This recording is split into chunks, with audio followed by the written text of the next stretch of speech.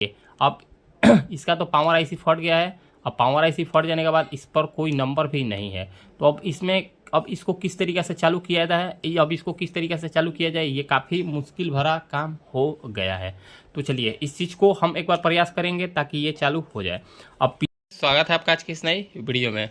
तो देखिए फ्रेंड्स, आज हमारे पास एक मोबाइल चार्जर रिपेयर होने के लिए आया है, जो कि इस चार्जर को ज़्यादातर मोबाइल टेक्नीशियन लोग इस्तेमाल करते हैं, वो भी मोबाइल रिपेयरिंग पर्पस के लिए।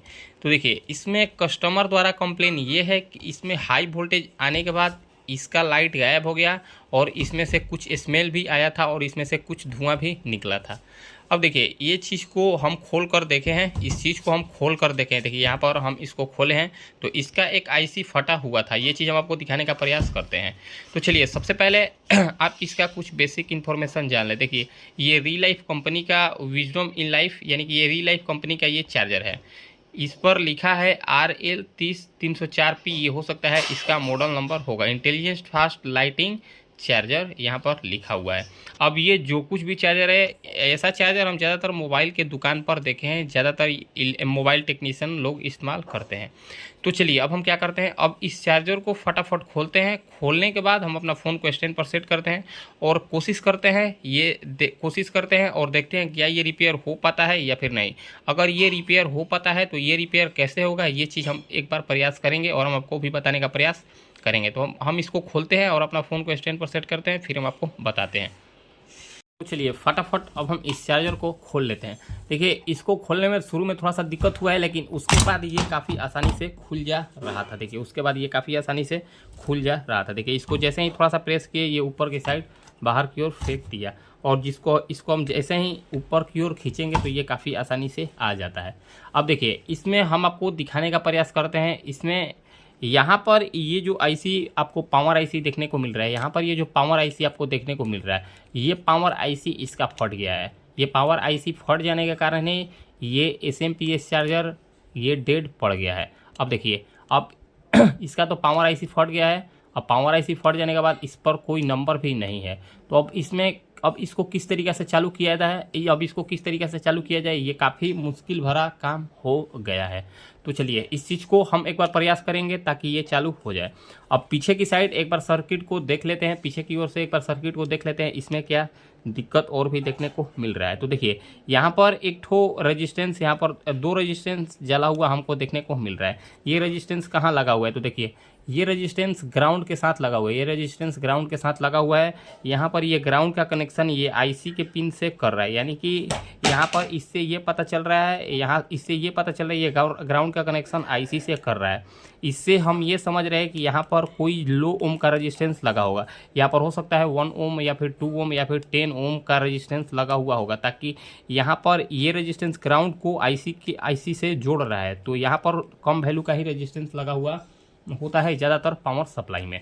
तो चलिए ये तो बात की बात है। सबसे पहले अब हम क्या करते हैं, सबसे पहले इसमें यहाँ पर ये जो आईसी लगा हुआ है, तो हम इस आईसी को सबसे पहले बाहर निकालते हैं। इस आईसी को बाहर निकाल कर और उसके बाद हम इसको स्टेप बाय स्टेप किस तरीके से रिपेयर करते हैं और क्या ये रिपेयर हो पाता है या फिर नहीं, ये चीज़ हम आपको समझाने का प्रयास करते हैं। सबसे पहले हम इस आईसी को बाहर निकाल लेते हैं ताकि आपका ज़्यादा टाइम हम न ले पाए।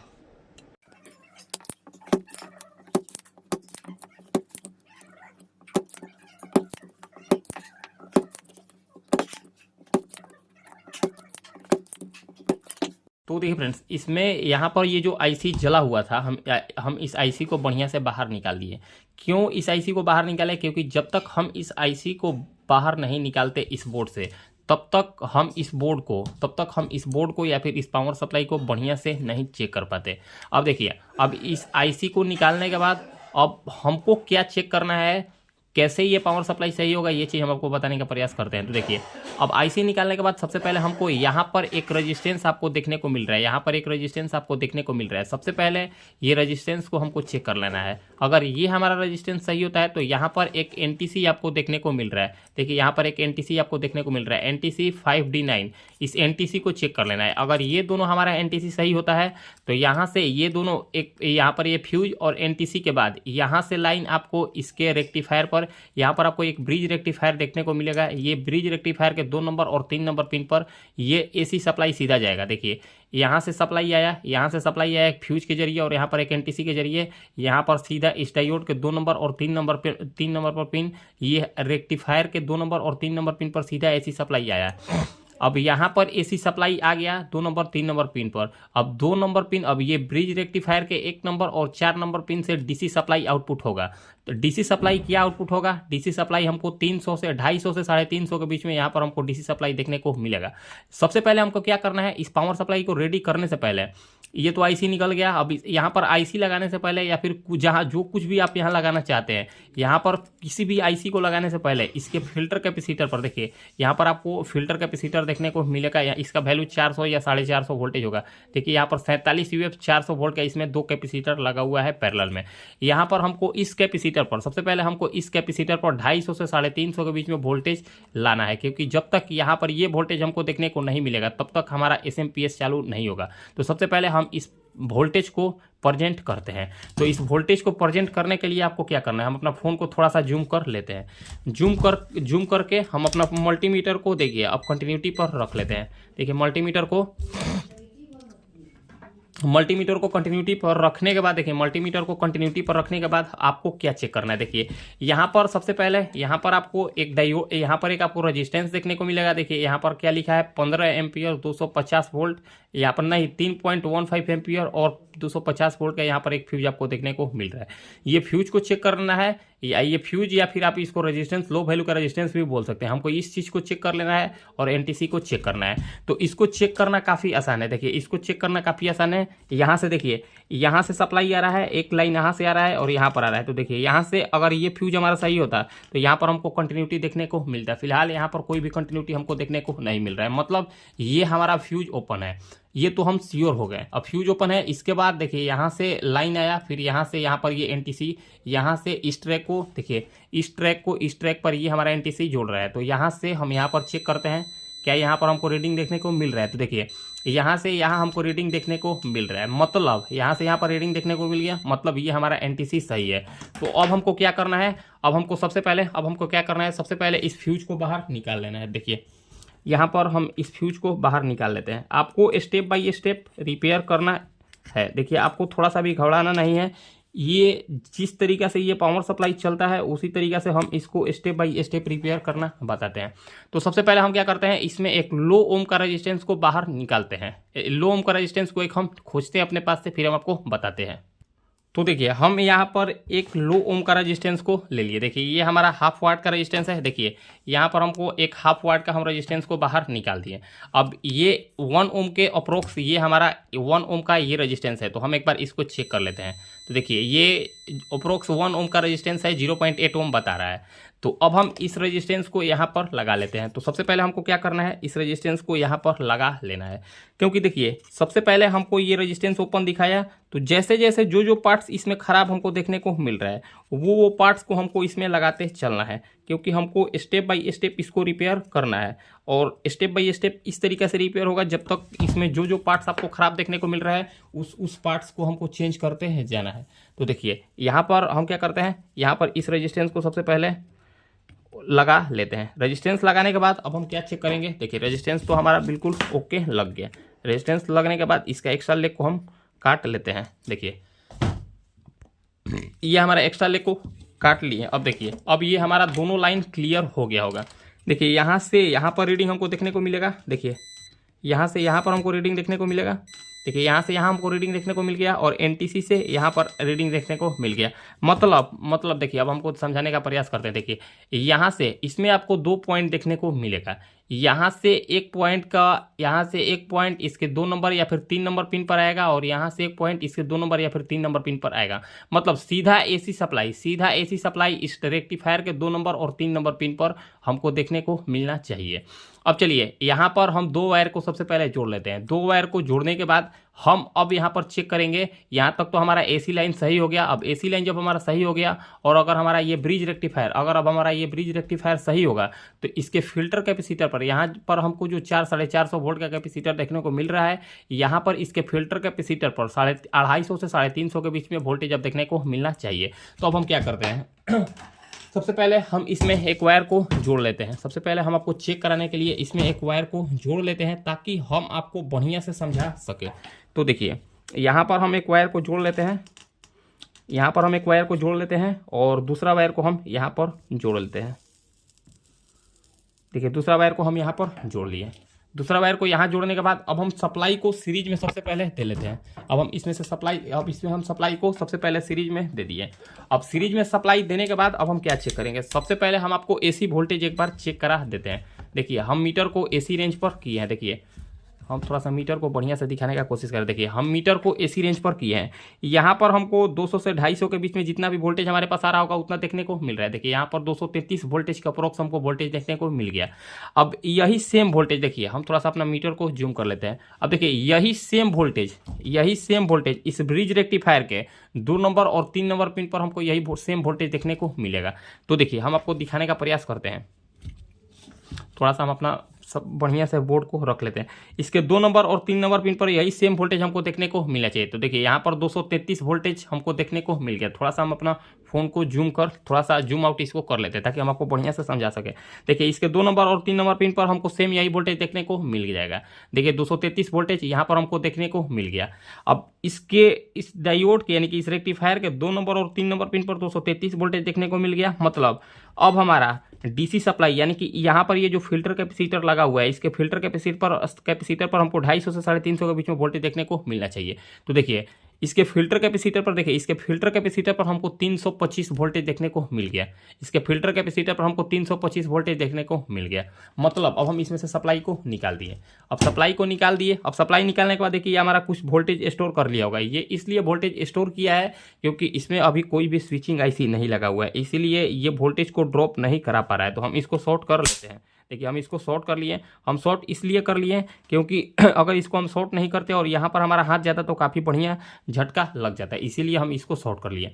अब यहाँ पर इसके फिल्टर कैपेसिटर पर हमको 250 से 350 के बीच में वोल्टेज तो देखने को मिल गया। मतलब ये हमारा इसका EMI सेक्शन ओके हो गया।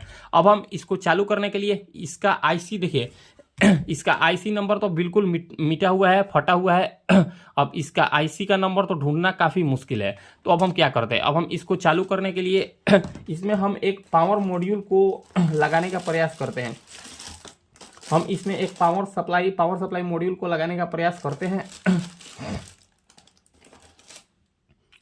देखिए ये रहा हमारा पावर सप्लाई, ये रहा हमारा मॉड्यूल। देखिए ये रहा हमारा मॉड्यूल। इसमें कौन सा मॉड्यूल लगा हुआ है, देखिए यहाँ पर C8888 करके ये मॉड्यूल हमारा है। देखिए हम इसमें एक से, खैर हम यही मॉड्यूल को इस्तेमाल करते हैं। थोड़ा सा इसमें सोल्डरिंग लगा हुआ है, इससे कोई मतलब नहीं है। फिर भी अगर ये ख़राब होगा तो हम दूसरा चेंज करके देख लेंगे, लेकिन हम फिलहाल इसी मॉड्यूल को इसमें लगाकर चेक कर लेते हैं। देखिए अब इस मॉड्यूल को लगाना काफ़ी आसान भी है और ये काफ़ी छोटा भी है। ये बॉक्स में आसानी से फिट हो जाएगा, ये बॉक्स में काफ़ी आसानी से फिट हो जाएगा, इसीलिए हम इस टाइप का मॉड्यूल को इस्तेमाल में लेंगे। अब इसका कनेक्शन किस तरीके से होगा हम आपको बताने का प्रयास करते हैं। देखिए ये हरा वाला तार और ब्लैक वाला तार, यहाँ पर आपको 2 वायर हम आपको बताने का प्रयास करते हैं। ये हरा वाला तार और ब्लैक वाला तार। यहाँ पर देखिए इसके फिल्टर कैपेसिटर के प्लस पिन पर हम हरा वाला तार को दे देंगे और इस फिल्टर कैपेसिटर के माइनस पिन पर ये ब्लैक वाला वायर को दे देंगे। यहाँ पर हम आपको बताने का प्रयास करते हैं। देखिए इस फिल्टर कैपेसिटर के प्लस पिन पर हम हरा वाला तार को देंगे और इस फिल्टर कैपेसिटर के माइनस वाला पिन पर हम ब्लैक वाला वायर को दे देंगे। अब बचा येलो वाला वायर इस आईसी के ड्रेन पिन पर दे देंगे। येलो वाला वायर इस आईसी के ड्रेन पिन पर दे देंगे। अब इस आईसी का थोड़ा सा हम आपको समझाने का प्रयास करते हैं। अब इस आईसी का ड्रेन पिन कौन सा है, हम आपको बता देते हैं। ड्रेन पिन आप उसी को कहिएगा। देखिए ड्रेन पिन आपको अगर इसका डाटा शीट नहीं मालूम है, इसका नंबर नहीं मालूम है, तो हम आपको बताने का प्रयास करते हैं। जो भी आईसी, देखिए जो कुछ भी मोस्फेट लगा है, अगर वो मोस्फेट या फिर आईसी एक ट्रांसफार्मर, इसमें यहाँ पर आपको किसी भी पावर सप्लाई में एक आपको एसएम ट्रांसफार्मर देखने को मिलेगा। जो एसएम ट्रांसफार्मर के एक ट्रांसफार्मर के लूप से ये आईसी या फिर मोस्फेट का कोई एक लेग या फिर अगर मोस्फेट होगा तो उसका एक लेग या फिर ये आईसी होगा तो हो सकता है इसका एक लेग या फिर 2 लेग या फिर 3 लेग या फिर 4 लेग। अगर ये आईसी इस ट्रांसफार्मर के किसी एक पिन से जुड़ा हुआ है तो वही हो गया उसका ड्रेन पिन। मतलब यहाँ पर आपको दिखाने का प्रयास करते हैं। देखिए यहाँ पर एक ट्रांसफार्मर, इसमें ट्रांसफार्मर से आपको 4 लूप देखने को मिलेगा, 1 2 3 और 4। तो देखिए इसमें एक तार, देखिए यहाँ पर इसमें 1 2 3, इस आईसी का 3 पिन इस ट्रांसफार्मर से जुड़ा हुआ है, इस आईसी का 3 पिन इस ट्रांसफार्मर से जुड़ा हुआ है, मतलब ये हो गया हमारा ड्रेन पिन। अब ये ड्रेन पिन हो गया, तो ड्रेन पिन को हमको कहाँ जोड़ना है, इस येलो वाला तार को हमको ड्रेन पिन पर जोड़ देना है। ये येलो वाला तार को हमको ड्रेन पिन पर जोड़ देना है, ड्रेन पिन पर इस येलो वाला वायर को जोड़ देना है। बच्चा इसमें अब 2 वायर, एक रेड वायर और एक व्हाइट वायर। व्हाइट वाला वायर को हमको ऑक्टोकपलर के पिन नंबर 4 पर दे देना है। और देखिए व्हाइट वायर को हमको ऑक्टोकपलर के पिन नंबर 4 पर दे देना है। देखिए यहाँ पर डॉट आपको देखने को मिल रहा है, इसके डॉट के जस्ट नीचे वाला पिन, इसके डॉट के जस्ट नीचे वाला पिन 4 नंबर पिन हो जाता है। देखिए 1 2 3 और 4, यहाँ पर डॉट आपको देखने को मिल रहा है। इस डॉट के नीचे वाला पिन पर हमको व्हाइट वायर को दे देना है। बचा रेड वायर। रेड वायर आपको यहाँ पर एक छोटा सा कैपेसिटर देखने को मिलेगा। देखिए यहाँ पर आपको एक छोटा सा कैपेसिटर 50 वोल्ट 22 वी का एक कैपेसिटर देखने को मिलेगा। इसके प्लस पिन एक डायोड के साथ जुड़ा होता है, तो इसके प्लस पिन पर, इस कैपेसिटर के प्लस पिन पर रेड वायर को दे देना है। तो चलिए हम आपको कनेक्शन समझा दिए, अब इसको हम फटाफट सोल्डरिंग कर लेते हैं। देखिए इसको अब हम फटाफट सोल्डरिंग कर लेते हैं। अगर ये हमारा मॉड्यूल सही होगा तो ये हमारा हो सकता है पावर सप्लाई चालू हो जाए, और ये हमारा मॉड्यूल सही नहीं होगा तो हम इसमें एक दूसरा मॉड्यूल को भी लगाकर देख लेंगे। तो देखिए ये रहा ग्रीन वायर को हम फिल्टर कैपेसिटर के प्लस पिन पर जोड़ लेते हैं। ग्रीन वायर को हम फिल्टर कैपेसिटर के प्लस पिन पर जोड़ लेते हैं। बचा ब्लैक वायर हम फिल्टर कैपेसिटर के माइनस पिन पर जोड़ लेते हैं। ब्लैक वायर को हम फिल्टर कैपेसिटर के माइनस पिन पर जोड़ लेते हैं। अब हम येलो वायर को हम इस आईसी के ड्रेन पिन पर या फिर हम ट्रांसफार्मर के एक तार के साथ जोड़ लेते हैं, जो कि इस आईसी के ड्रेन पिन से जुड़ा हुआ होता है।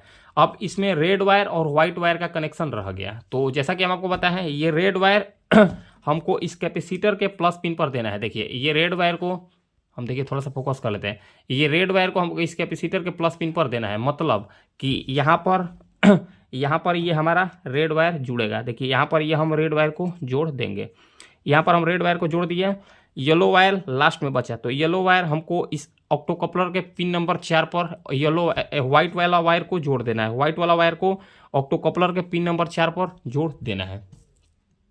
तो व्हाइट वाला वायर को हम ऑक्टोकपलर के पिन नंबर 4 पर जोड़ते हैं।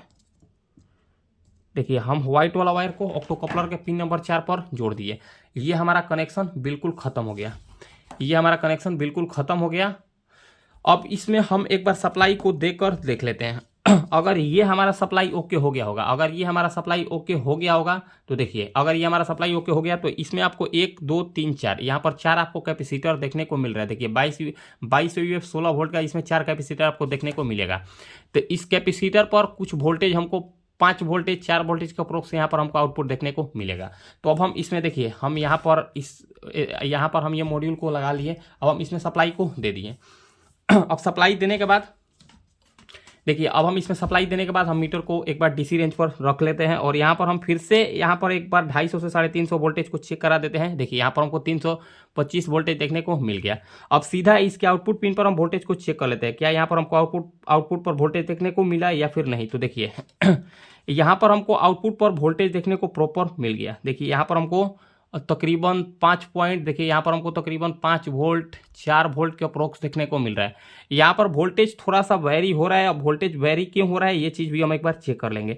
देखिए यहाँ पर ये जो कैपेसिटर लगा हुआ है, इस कैपेसिटर के प्लस पिन पर हम एक बार सप्लाई को देख लेते हैं। यहाँ पर हमको वोल्टेज कितना देखने को मिल रहा है, तो यहाँ पर हमको 10 वोल्ट 8 वोल्ट, देखिए यहाँ पर हमको 10 वोल्ट 9 वोल्ट 8 वोल्ट के अप्रोक्स देखने को मिल रहा है। यहाँ पर ये वोल्टेज हमारा फ्लैक्चुएट नहीं होना चाहिए, लेकिन यहाँ पर ये हमारा वोल्टेज फ्लैक्चुएट हो रहा है। एक बार हम इसको फिर से देख लेते हैं। यहाँ पर थोड़ा सा तो हमारा वोल्टेज फ्लैक्चुएशन हो रहा है। तो हम क्या करेंगे, अब हम एक बार ये चीज़ को चेक कर लेंगे। सबसे पहले हम क्या करते हैं, एक बार ये पावर सप्लाई को देखिए, एक बार ये पावर सप्लाई को हम इसमें सेट करके देख लेते हैं क्या यहाँ पर ये हमारा वोल्टेज प्रॉपर हुआ या फिर वोल्टेज वेरी हो रहा है। अगर वोल्टेज वेरी होगा तो हम इसमें ये जो मॉड्यूल लगा हुआ है, हम इसमें दूसरा मॉड्यूल को लगाकर चेक कर लेंगे सेम यही नंबर का, क्योंकि ये मॉड्यूल हमारा पुराना है। हमको इस मॉड्यूल पर थोड़ा सा शक भी जा रहा था, फिर भी हम इसको चेकिंग पर्पस के लिए रख लिए हैं। देखिए यहाँ पर तो हम सप्लाई दे दिए, लेकिन देखिए यहाँ पर ये ऑन तो हो गया, लेकिन यहाँ पर फ्लक्चुएशन देखने को मिल रहा है, यहाँ पर ये वोल्टेज फ्लक्चुएशन हमको देखने को मिल रहा है। मतलब इससे तो ये पता चल गया कि ये हमारा मॉड्यूल में कहीं ना कहीं दिक्कत जरूर है। तो अब हम क्या करते हैं अब हम फटाफट इसमें देखिए, अब हम इसमें फटाफट इसमें से कोई एक नया मॉड्यूल को तोड़ देते हैं, नया मॉड्यूल को तोड़कर और हम लगाकर फिर हम आपको दिखाते हैं। वीडियो काफ़ी लंबा हो चुका है। तो देखिए इसमें जैसे ही हम ये पुराना वाला मॉड्यूल को देखिए, जैसे ही हम इस पुराना वाला मॉड्यूल को निकाल कर और इसमें हम एक नया वाला मॉड्यूल को देखिए, इसमें हम एक नया वाला मॉड्यूल को, इसमें से एक नया वाला मॉड्यूल को तोड़कर और जैसे ही हम इसमें ये सब मॉड्यूल को लगाए हैं, जैसे ही हम इसमें ये मॉड्यूल को लगाए हैं तो ये हमारा वोल्टेज एकदम एक्यूरेट निकालने लगा। तो चलिए अब हम इसमें एक बार चेक करके वोल्टेज को दिखा देते हैं। देखिए यहाँ पर हम एक बार फिर से डीसी वोल्टेज को चेक कर लेते हैं। क्या यहाँ पर हमको डीसी वोल्टेज देखने को मिल गया? 300-350 के बीच में यहाँ पर हमको वोल्टेज देखने को मिलना चाहिए। तो देखिए यहाँ पर हमको 325 वोल्टेज देखने को मिल गया। अब देखिए ये 325 वोल्टेज यहाँ पर तो हमको देखने को मिल गया। अब देखिए यहाँ पर एक जो 50 वोल्ट 22 वीएफ का कैपेसिटर लगा हुआ था या फिर 25 वीएफ का, देखिए यहाँ पर हमको वोल्टेज उस टाइम वेरी देखने को मिल रहा था। तो देखिए यहाँ पर हमारा वोल्टेज भी, यहाँ पर भी हमारा वोल्टेज स्टेबल हो गया। देखिए 14 वोल्टेज अप्रोक्स हो गया, 14 वोल्टेज एकदम फिक्स हो गया। अब यहाँ पर जब वोल्टेज फिक्स हो गया तो आप ये चीज जान लें, जब यहाँ पर वोल्टेज फिक्स हो जाता है तो आप यहाँ पर जान लें कि यहाँ पर हमारा वोल्टेज एकदम एक्यूरेट हो गया होगा, क्योंकि यहाँ पर ये स्विचिंग के लिए होता है, यहाँ पर ये स्विचिंग के लिए होता है और यही वोल्टेज को स्टेबल रखता है। मतलब ये फीडबैक के लिए काम करता है, ये ऑक्टोकपलर के साथ काम करता है, ये फीडबैक के लिए काम करता है कि वोल्टेज हमको कितना रखना है। अगर यहाँ पर वोल्टेज वेरी करेगा तो आउटपुट में भी वोल्टेज वेरी करेगा। देखिए अब यहाँ पर वोल्टेज प्रॉपर हो गया, 5.248 वोल्टेज अप्रोक्स एकदम एक्यूरेट हो गया। अब ये वोल्टेज थोड़ा सा भी ऊपर नीचे नहीं हो रहा है। मतलब इससे आप ये समझ जाए कि ये हमारा पावर सप्लाई प्रॉपर ओके हो गया। अब चलिए अब एक बार फिर हम देखिए सप्लाई को निकाल दिया। अब एक बार फिर से हम इसमें देखिए यहाँ पर जब ये जला है, देखिए यहाँ पर जब ये जला है तो यहाँ पर ये बिल्कुल बुरी तरीके से यहाँ पर स्पार्किंग कर दिया है। अब देखिए अब इसमें लाइव ही हम आपको लाइव ही देखिए, थोड़ा सा भी वीडियो कट किए बिना देखिए हम इसको इसमें सेट करके दिखाने का प्रयास करते हैं। देखिए इसमें हम इसको बढ़िया से सेट कर दिए। अब इस मॉड्यूल को हम बाहर ही रखते हैं। अब इसके बाद हम इसमें सप्लाई देकर देखते हैं क्या ये हमारा ऑन हुआ या फिर नहीं। तो देखिए अब ये प्रॉपर ऑन हो गया। देखिए अब ये प्रॉपर ऑन हो गया। ये इसमें अब हमको कोई भी वोल्टेज देखने को नहीं मिल रहा, मतलब यहाँ पर कोई भी इसमें वोल्टेज फ्लक्चुएशन देखने को नहीं मिल रहा है। और ये आउटपुट भी जैसा कि हम आपको दिखाए कि 5 वोल्ट दे रहा था। अब फिलहाल हमारे पास कोई केबल नहीं है या फिर कोई सोर्स नहीं है कि हम आपको चार्जिंग करके दिखाएं। फिलहाल ये 110% चार्ज होगा, क्योंकि जब इसका आउटपुट वोल्टेज 5 वोल्टेज हमको देखने को मिल गया, मतलब ये आउटपुट करेगा ही करेगा। देखिए उस टाइम क्या हो रहा था, जब हम ये मॉड्यूल का कनेक्शन किए थे, जब हम ये पावर मॉड्यूल का कनेक्शन किए हैं तो उस टाइम क्या हो रहा था, यहाँ पर ये हमारा यहाँ पर वोल्टेज वेरी हो रहा था। और वोल्टेज वेरी जब हो रहा था तो यहाँ पर ये डिस्प्ले भी ब्लिंक कर रहा था। मतलब अब इसमें कोई भी समस्या नहीं है। अब ये हमारा एकदम 110% चलने के लिए रेडी हो गया है। तो फ्रेंड्स कुछ इसी तरीके से किसी भी पावर सप्लाई या फिर किसी भी चार्जर को आसानी के साथ रिपेयर किया जाता है। तो फ्रेंड्स अगर आपको हमारा ये वीडियो अच्छा लगा, अगर आपको हमारा ये जानकारी अच्छा लगा तो फ्रेंड्स वीडियो को लाइक करें, कमेंट करें और हमारे चैनल को सब्सक्राइब जरूर करें। इतना अच्छा जानकारी आपको किसी भी चैनल पर देखने को नहीं मिलेगा। मिलता है किसी नेक्स्ट वीडियो में। आज के लिए इतना ही, धन्यवाद।